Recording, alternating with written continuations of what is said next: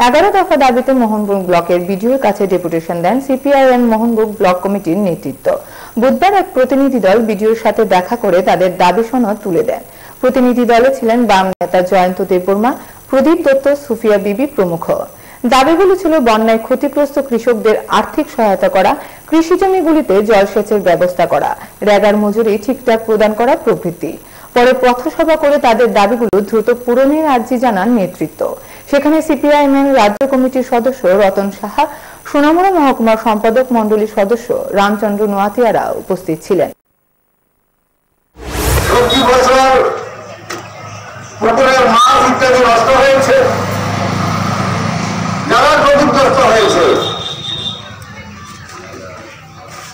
এবং এখন পর্যন্ত সরকার থেকে কোনো সাহায্য পায়নি। সরকারের দায়িত্ব এই সমস্ত পরিবারগুলোকে সাহায্য দেওয়া।